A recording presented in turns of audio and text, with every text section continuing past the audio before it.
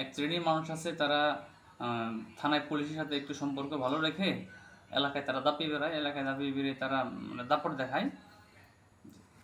তারা চিন্তা করে যে কার সাথে কার ঝগড়া লাগলো, কার সাথে কার জমি নিয়ে বিবাদ, ভাই ভাই কার ঝগড়া লাগছে, তারা সুযোগ নিয়ে নেয়।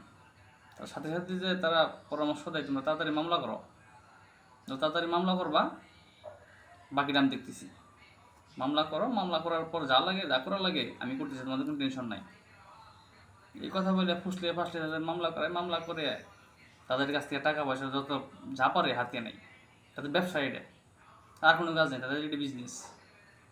থানার সাথে, ওসির সাথে বা পুলিশের সাথে একটু লিয়াজ করে নাই, তোমরা খালি নাও মামলা, নাও বা বাগবাটো ওরা করে আমরা খাবো। অথচ যে মামলা করলো তার জীবন শেষ, তার জীবন তেনা তেনা, সে একবার ফতুরে যাব শেষ পর্যন্ত। এমন লোক থেকে আমাদের সাবধান থাকা উচিত।